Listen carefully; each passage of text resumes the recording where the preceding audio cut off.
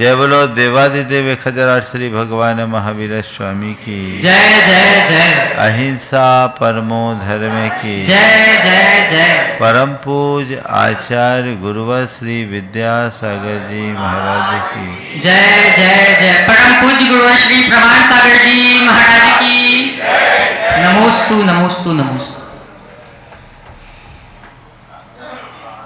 मुनि श्री समनाथ सागर जी महाराज की जय। मुनि संघ की जय। हम लोगों को दुर्लभ मनुष्य जीवन मिला है। मनुष्य जीवन को प्रकृति के सर्वश्रेष्ठ कृति के रूप में देखा जाता है। कभी विचार किया कि हमारी श्रेष्ठता की वजह क्या है? मनुष्य सर्वश्रेष्ठ है। क्यों? क्यों है? उसके पास बल है, उसके पास शक्ति है। क्या है?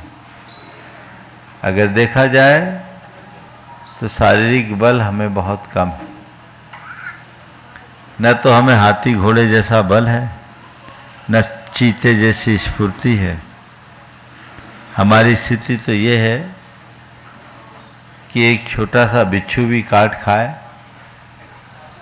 तो तिरमिला जाए। लेकिन फिर भी मनुष्य सर्वश्रेष्ठ है, इसलिए क्योंकि मनुष्य के पास एक ऐसी शक्ति है जिसके बल पर वह हाथी पर भी अंकुश लगा सकता है, घोड़े को भी लगाम लगा सकता है, शेर को भी पिंजड़े में बंद कर सकता है, सबको अपनी मुट्ठी में रख सकता है। वह शक्ति है विचार की। किसकी शक्ति है? विचार की। हमारे पास एक ऐसी शक्ति जिसके बल पर हम अपने जीवन को न केवल समग्रता से जान सकते हैं, अपितु अपने जीवन को और आगे भी बढ़ा सकते हैं। संत कहते अपनी वैचारिक शक्ति को पहचानो और उसे सही दिशा में नियोजित करते हुए आगे बढ़ने का प्रयत्न करें। विचार की शक्ति तो हम सबके पास है, पर विचार हमें ये करना है कि मेरे विचार की दिशा क्या है। विचार तो चाहे जो कर लो, पर मेरे विचार की दिशा क्या है? हम कैसा सोचते हैं? जीवन में बहुत सारी घटनाएं घटती है और जीवन में घटित घटनाओं और प्रसंगों को लोग अपने अपने तरीके से जीते भी हैं। पर हमें ये देखना है कि हम अपने जीवन के संदर्भ में क्या सोचते हैं, किस तरीके से देखते हैं, हमारा नजरिया क्या है। एक ही घटना है, अलग अलग व्यक्ति उसे अलग अलग नजरिए से देखता है, अलग अलग परिणाम निकलता है। एक जगह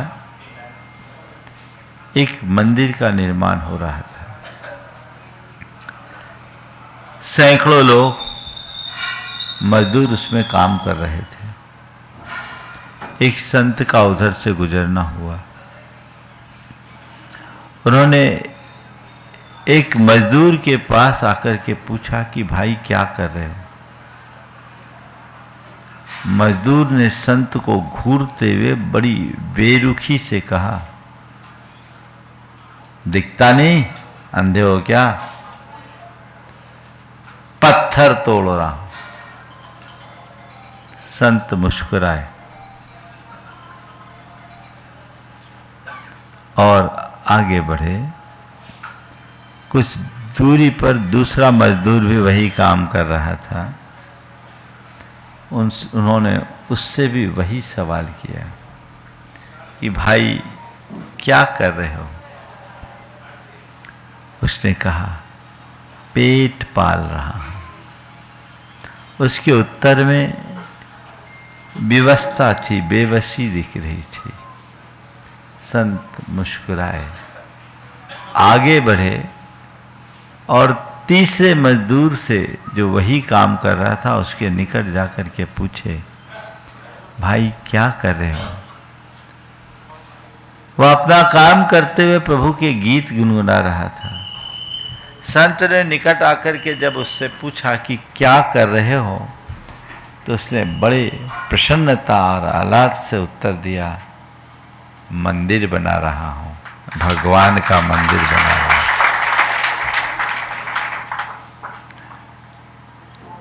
काम तीनों एक ही कर रहे हैं, तीनों के काम में कोई अंतर नहीं, लेकिन परिणाम अलग अलग है।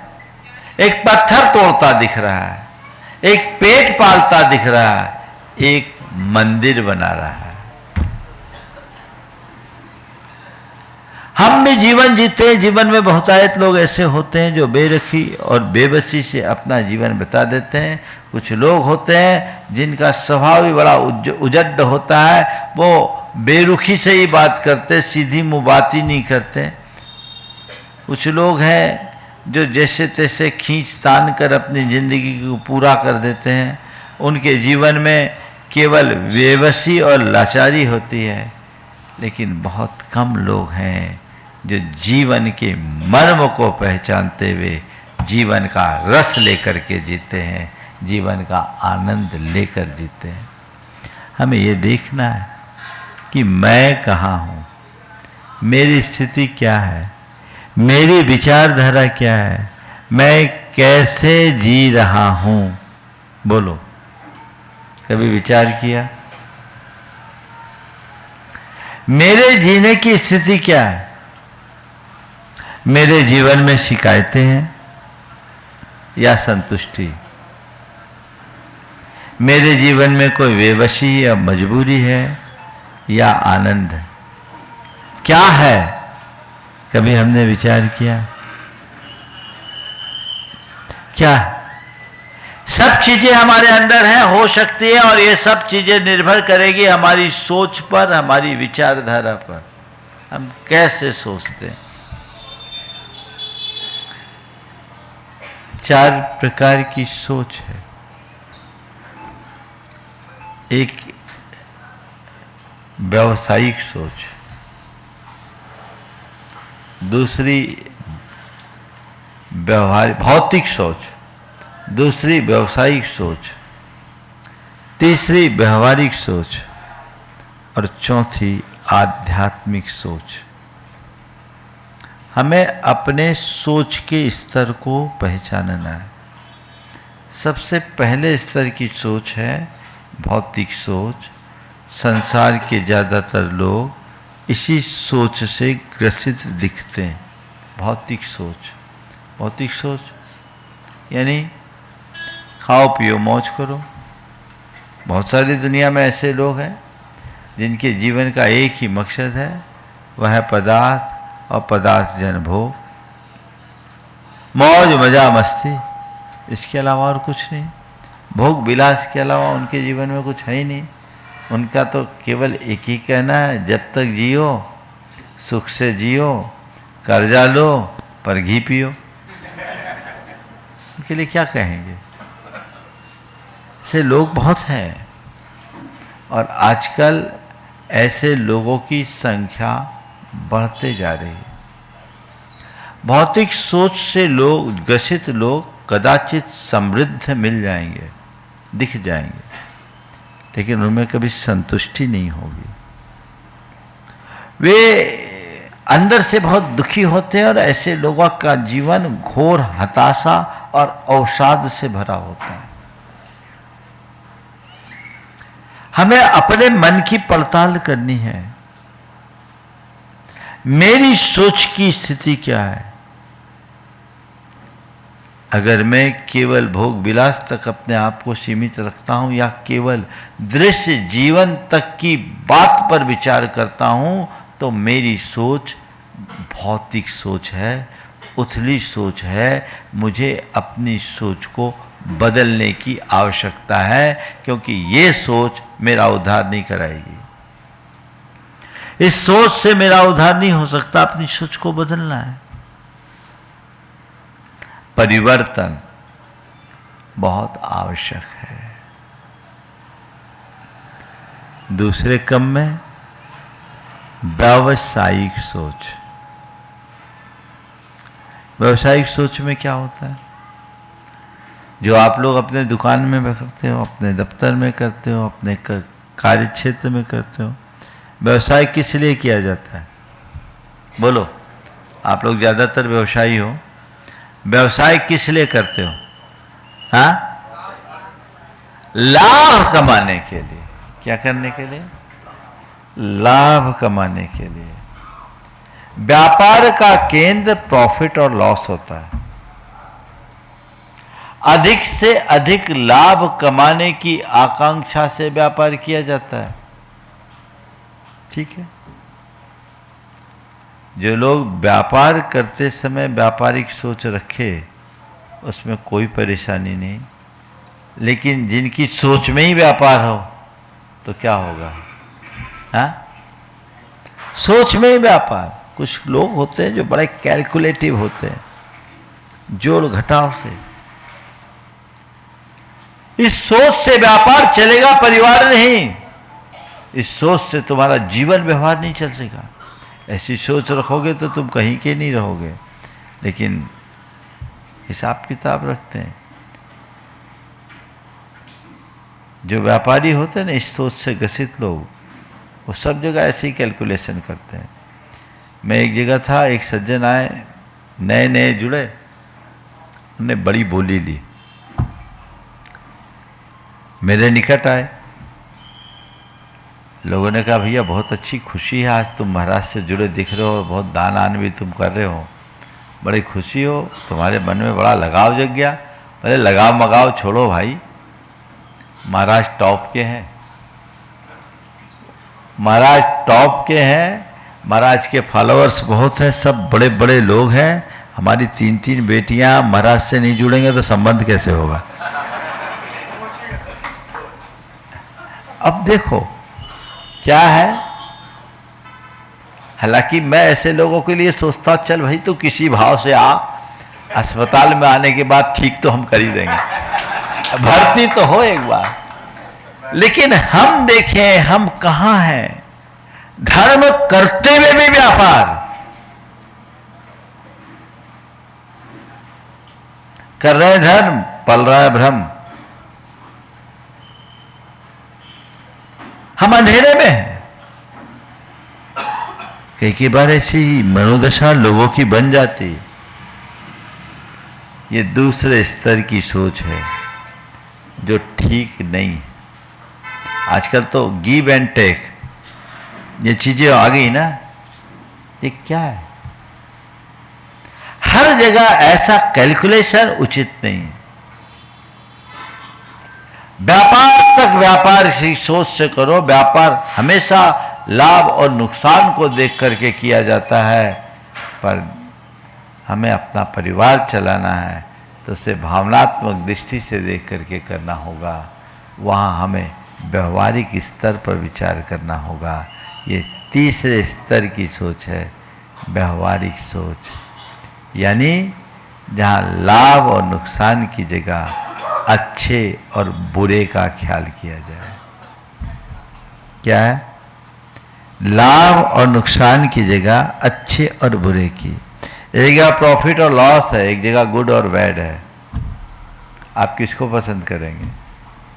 व्यापार में तो प्रॉफिट और लॉस करो, लेकिन घर परिवार में आके चलो तो गुड और बैड को देखो। अगर किसी में लाभ है पर परिणाम बुरा, तो उस लाभ को नुकसान समझो, और कहीं नुकसान है और परिणाम अच्छा, तो उस नुकसान को भी अच्छा समझो। ये व्यवहारिक सोच। व्यवहारिक सोच में हमें अपनी हर कार्य और क्रिया को संपादित करते समय उसके परिणाम का ध्यान रखना होता है। कोई कुछ भी बोल दे, कोई कुछ भी कर दे। कल से हमारे प्रवचन का निवेदन करने के पहले एक घंटी बजा दिया करो, समझ गए? ताकि बीच में घंटी ना बजे। और सुन लो, हमारी सभा में अगर किसी की घंटी बजेगी तो भरी सभा में मैं घंटी बजा दूंगा, सबका स्वागत करा देंगे। 10 सेकेंड का मैं विराम ले रहा हूं, आप लोग सब साइलेंट कर दें 10 सेकेंड में। एक अनुशासन दिखना चाहिए, सबका ध्यान भंग होता है ना, ये बला क्यों लेके आओ। सब करो, 10 सेकेंड का ब्रेक दे दिया मैंने, हो गया ना? हाँ, आदत में है, क्या करें, इसे बदलना चाहिए। तो व्यवहार क्या बोलता है? कोई भी कार्य करो तो कार्य करते समय उसके परिणाम को ध्यान रखते हुए करो। किसी से कुछ भी बोल दो। कई लोग ऐसे हैं जो बड़े व्यवहारिक होते हैं, हर बात का ध्यान रखते हैं, उनके प्रत्येक बात में मैनर्स झलकता है। व्यवहार कुशल कहते हैं, बड़े मिलनसार विनम्र होते हैं, क्योंकि वो इन बातों को ध्यान में रखते हैं कि भाई किसी को बुरा न लगे और मेरी किसी से बुराई ना हो, है ना? सबकी नजर में मैं अच्छा बना रहूं, ये मनुष्य की व्यवहारिक सोच है। और जब तक आपके अंदर ऐसी सोच नहीं बनेगी तब तक आपका व्यवहार अच्छा नहीं बनेगा। लेकिन ये सोच भी बहुत गहरी सोच नहीं है। लोगों की नजर में अच्छा बनूं, लोग मुझे अच्छा कहे, लोगों के बीच मेरी एक अच्छी छवि बने और मेरे सबसे अच्छे संबंध रहे, ये व्यवहारिक सोच है।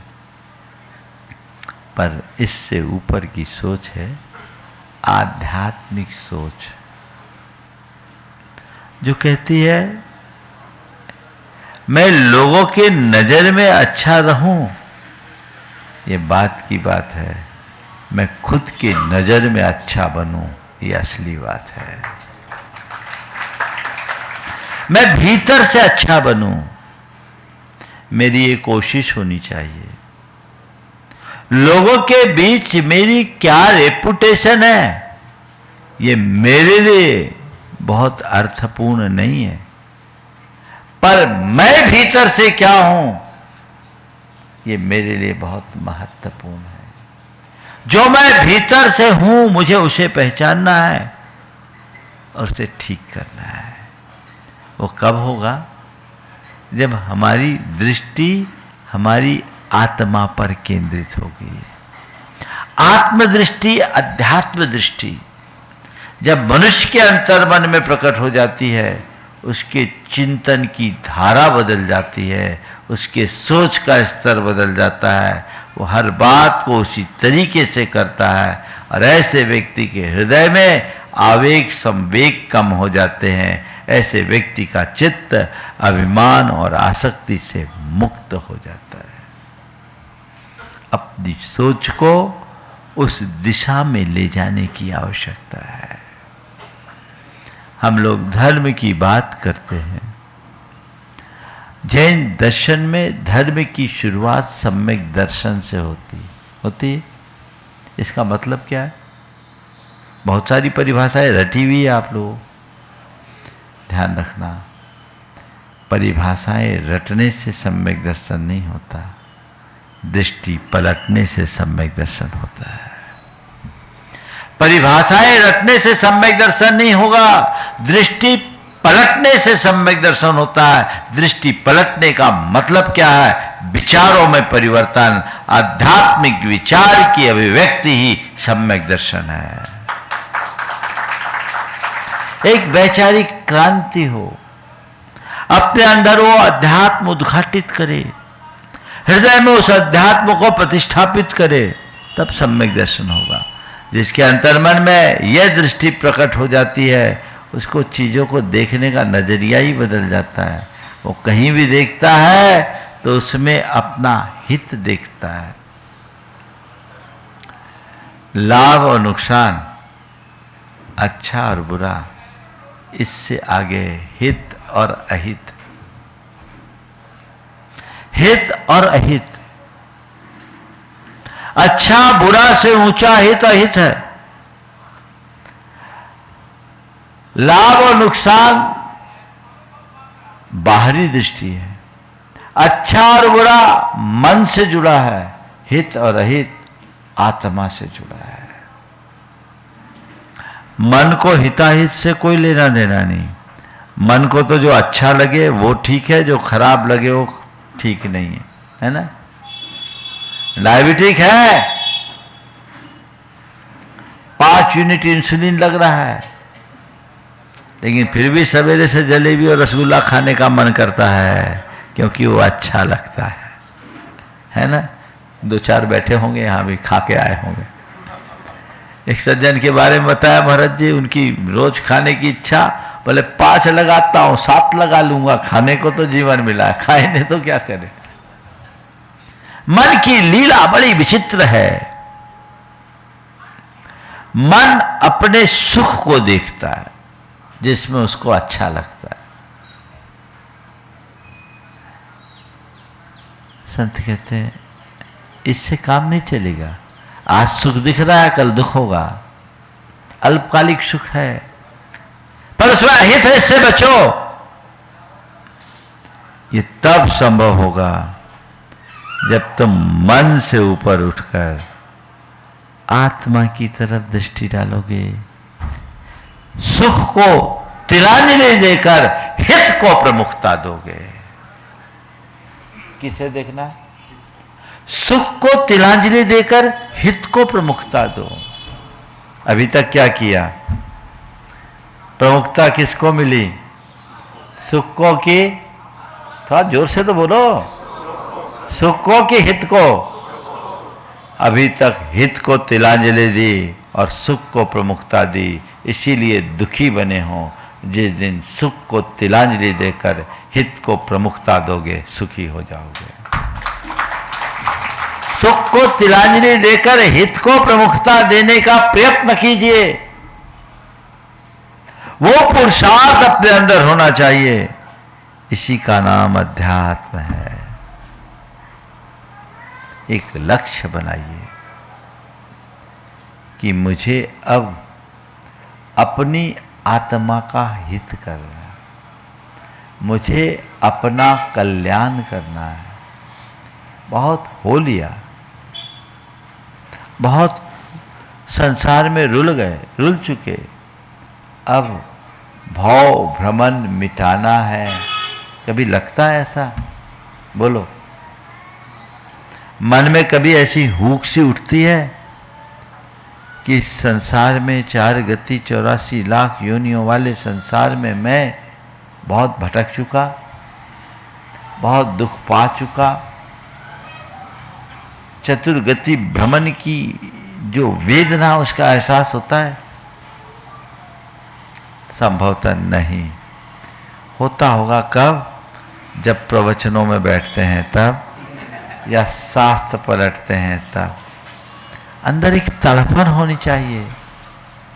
शास्त्रकार कहते हैं संसारी प्राणी की बड़ी विचित्रता है। यो यत्र निवसन्नास्ते सतत्र कुरुते रतिम। जो जहां रहता है वहीं रम जाता है। जहां रहता है वहीं रम गया, सब भूल जाता है। विष्टा का कीड़ा विष्टा में ही आनंद मनाता है। संत कहते नहीं, थोड़ा ऊपर उठो, अपने असली हित को देखो। वो बुद्धि अंदर से जगेगी, तब जीवन की दिशा बदलेगी, उसी में उद्धार होगा। और कोई दूसरा रास्ता हमारे पास नहीं है। ये अंतर मन में बैठाने की जरूरत है। तो अपने विचारों को जागरूक रखिए, विचारों को निर्मल बनाने की कोशिश कीजिए। वो भेद विज्ञान यदि अंतर मन में जग गया तो सारा रास्ता अपने आप खुलेगा। कैसे देखते? जब मैं पढ़ता था, हमारे एक शिक्षक थे, उन्होंने अपने घर के बाहर 3 शीशम का पेड़ लगाया। झारखंड बिहार में शीशम बहुत होता है। हम लोगों का टेस्ट लेने के भाव से उनने सवाल किया, ये बताओ 20 साल बाद इन 3 पेड़ों की दशा क्या होगी? 3 पेड़ लगाए और 20 साल बाद इन तीनों पेड़ की स्थिति क्या होगी? किसी ने कहा 20 साल बाद ये तीनों पेड़ 3 लाख के हो जाएंगे, पेड़ बड़ा हो जाएगा। किसी ने कहा 20 साल बाद ये पेड़ इतने बड़े होंगे कि आपके घर के आगे कचरा होगा पत्तों से और पक्षियों के बीट से। किसी ने कुछ, किसी ने कुछ, किसी ने कुछ कहा। आखिरी में मुझसे पूछा, जैन बताओ तुम क्या बोलते हो? मेरे साथ ऐसा होता था कि कोई भी सवाल उठे तो सबसे पहले मेरा हाथ उठता था और नंबर सबसे आखिरी में आता था। जब कोई ना बोले तब मुझसे पूछा जाता था।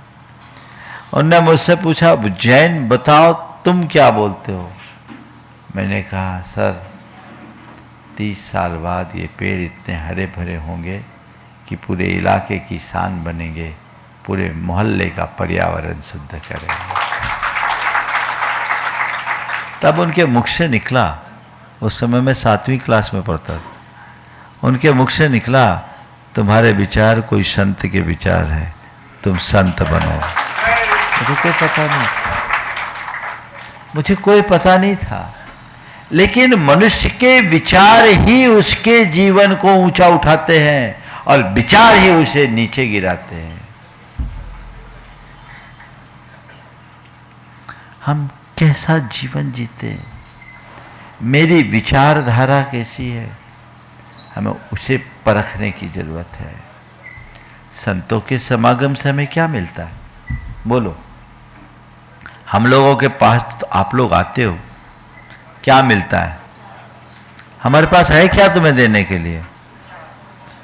जो तुम चाहते हो उसमें से कुछ भी नहीं हमारे पास है। क्या? फिर भी बड़ी विचित्रता, लोग उसी के लिए आते हैं। वो तो मैं देख रहा हूं, देख रहा हूं, पर मैं कह रहा हूं कि जो चीज हम लोगों के पास हम लोग छोड़ चुके, दुनिया देखो, महाराज आशीर्वाद दो धंधा अच्छा हो जाए, महाराज अच्छा आशीर्वाद दो बच्चा हो जाए, तुम वही मांगने आते हो जो हमारे पास है नहीं। और बताओ, जो हमारे पास है नहीं वो हम तुम्हें दे सकते हैं क्या? हाँ बोलो, दे सकते हैं? नहीं दे सकते। हम तुम्हें धन नहीं दे सकते, हम तुम्हें संतान और संतति नहीं दे सकते, पर हम एक ऐसा विचार दे सकते हैं जो तुम्हें संतुष्टि दे, प्रसन्नता दे, आनंद दे। और यही जीवन की सबसे बड़ी पूंजी है। तुम्हारे पास कुछ हो या ना हो, संतुष्टि होनी चाहिए, प्रसन्नता होनी चाहिए, आनंद होना चाहिए। वह केवल एक विचार से होगा। अपने अंदर की उस विचारधारा को जगाइए, जीवन में व्यापक बदलाव घटित करने का लक्ष्य बनाइए, जो हमारे जीवन की एक स्थायी उन्नति का आधार बन सके, हम अपने आप को अंदर से ठीक कर सके। कोई सोचे कि मेरी परिस्थितियां बदल जाए, असंभव। मेरी परिस्थितियां बन जाए, परिस्थितियां मेरे अनुकूल हो, असंभव। महाराज ऐसा क्या बोल रहे हैं आप? मैं बोल रहा हूं, परिस्थितियां कभी अनुकूल नहीं होती। एक परिस्थिति सुधरेगी, दूसरी सुधरेगी, तीसरी आ जाएगी, ये तो कुछ ना कुछ चीजें बनेगी। हमेशा परिस्थिति एक सी होती ही नहीं। हमेशा कोई दुनिया में ऐसा स्थान है जहां सदाकाल दिन ही है, कभी रात नहीं हुआ। 6 महीने का दिन, 6 महीने की रात की बात तो सोच लेता। लेकिन शाश्वत दिन और शाश्वत रात है क्या? कहते ही नहीं, हो भी नहीं सकता। ये प्रकृति का नियम है। रात के बाद प्रभात और प्रभात के बाद रात, ये तो चलता ही रहेगा। परिस्थितियां तुम्हारे अनुकूल न हो इसकी कोई गारंटी नहीं, लेकिन मनस्थिति अनुकूल बनाने की गारंटी हम जरूर ले सकते हैं। चाहे जैसी परिस्थिति हो, मैं अपनी मनस्थिति को अनुकूल बनाए रखूं।